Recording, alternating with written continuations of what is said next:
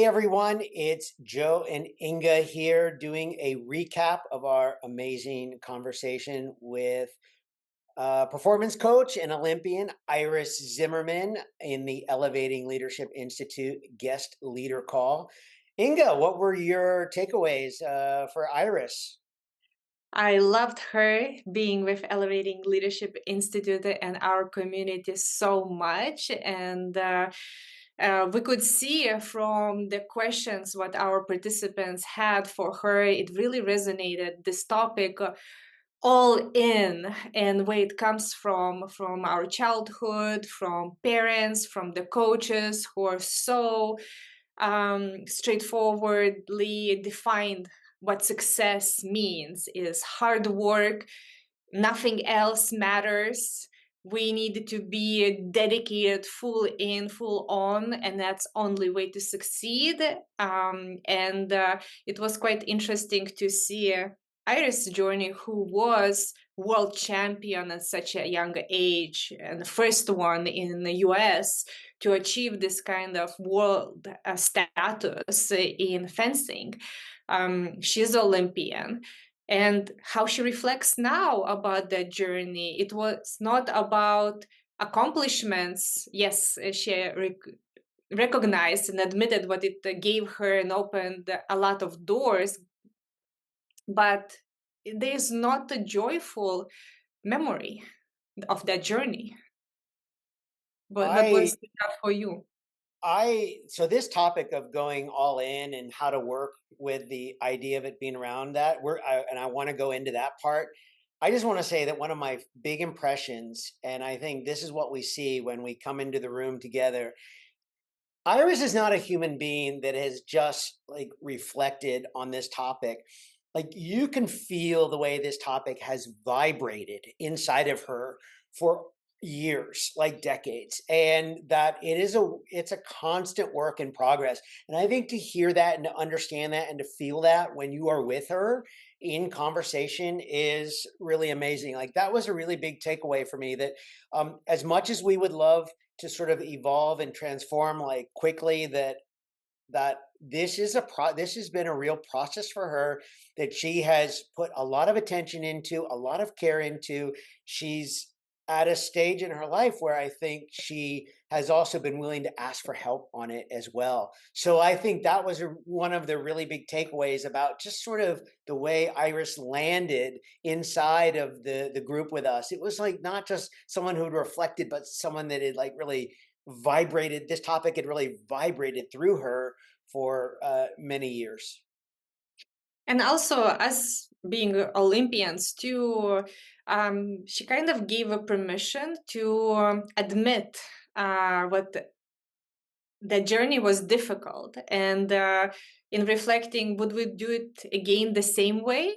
Which it's hard at a time when the pressures are on you, and this is how the success is defined, and that's only success what's known for, how to achieve, to do it differently.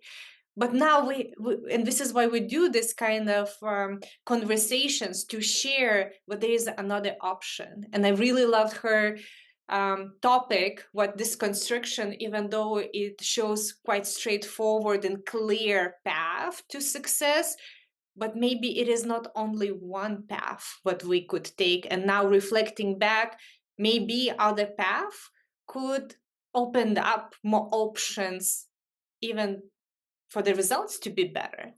But at least to explore what there is no one way to reach success. I thought that was one of the many powerful notes what she proposed for us to consider.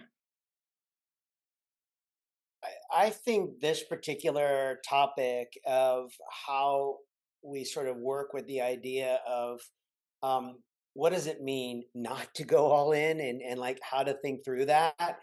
Um, I think this reminds me of something a lot that comes up in our coaching calls. Is that, I mean, of course, everyone has targets, everyone has goals, everyone has something that they're trying to reach, and I think one of the things that we are doing is that we're able to use Iris's experience in sport, our experiences in sport, to sort of suggest like the target is the target. We're not going to forget what that number is. Like we're not going to forget, as to use Iris's words, what it means to ring the bell. Like we all want to like ring that bell.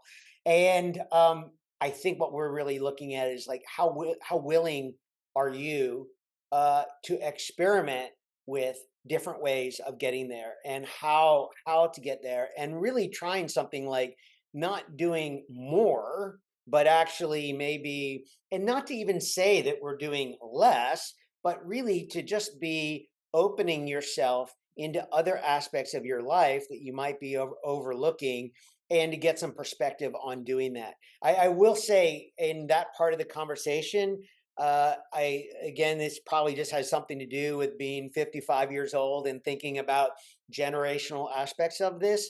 Is that I do think that James Hollis, who wrote a book about the second half of life, he sort of summed it up like this: that I think when you're young and you're in your 20s or your 30s, and you're out on your own for the first time in your life, and you're building a network of friends, a career, you're finding your way. And he's saying, what Hollis says, you're asking yourself this question at that stage: what does the world want of me? And I think that is where we sort of lose ourselves in the all in, because you sort of get to a midlife part of your life. It could be in your 30s or your 40s or even 50, and a new question starts to emerge. And that is not what does the world want of me? What does my life want of me? And I think that also, we can't force these questions you can't force the second question before you've gone through the process of the first question. So this isn't to like condemn going all in, or to say that going all in doesn't work, but it is a real question of like, what is your process of becoming going to really look like? And this is exactly the point what completely stuck with me from one of her phrases what she used, but you just mentioned being present for our own lives, and how does it look like. And being champion, it's recognized by everyone, and then we love defining ourselves like that, but it is only one part of us. And she so beautifully honored what we have many different parts, and having more fuller experience of our life by identifying those different parts of ourselves and different parts of our lives what we're living. And my journey to Olympics, it was completely different, because I had such a good support who cared about what kind of person I'm becoming, not only the champion, what I could be for gold medals or whatever that wins would be. And I chose two careers to pursue at once. And Mm. at one of the practices when I was working, and by the way, Coach Dan Lang will be our guest lecturer. So he will be able to share more about my journey. But I asked him during warm up what kind of thrower I would be if I would be all in only as a javelin thrower. And I loved his answer so much, which it's still so present in my mind almost every day when I make choices. He said, if I would be only a javelin thrower without my curiosities in business, in education, in philosophy, in whatever, it wouldn't be Inga. And on the Mm. notes when I went to Olympics, he wrote me, be Inga. And I am so grateful for him to recognize what we are more than just an athlete who strives for the best, and he's coaching that part, but he's also has ability to nourish different parts of athletes, of the person. And this is what so beautifully also Iris emphasized during yesterday's call, and I think so that really resonated for many of our executives on the call. I I love Dan's answer to you when you asked the question. And I think this really does kind of tie in is that it really all does connect. It's not just doing something besides work to do something different. It is to become a richer version of yourself, a better version of your total self. And I think there's opportunities to really develop what that can look like. And I think that as you also get more experience in life and wiser to the different experiences you've had in life, you can start to sort of really see some of those connections between the things that you do away from your work, really coming back and going, oh, that if I'm doing something well at work, it really might be tied to something that I'm doing over here as a partner or as a parent or, as a creator or in a sport I'm playing. I mean, and that is just such a beautiful thing when you start to see it. Inga, one more question for you before we kind of wrap this up. We talked a little bit about our participants. Anything special jump out to you about our participants' involvement in the call yesterday? So many things. I Mm. love the most the depth of exploration where we are able even keep identifying for what kind of reason we make choices, and quite a few of our executive participants in our community were brave and courageous to open up about what's worth for them in motivation, and what are those pressures, internal and external, to making decisions towards success. And then how also Iris was able to respond to those recognitions of how it fuels to even higher results when we feel that richness can bring, because especially now moving world of uncertainty, unknown, and a lot of chaos, that stability what brings is this kind of support environment, which is very, very important to have during this kind of times. And also keep asking the question what she kept asking herself and us: what is the meaning of what we're doing? um, and how what who are those people to support that meaning?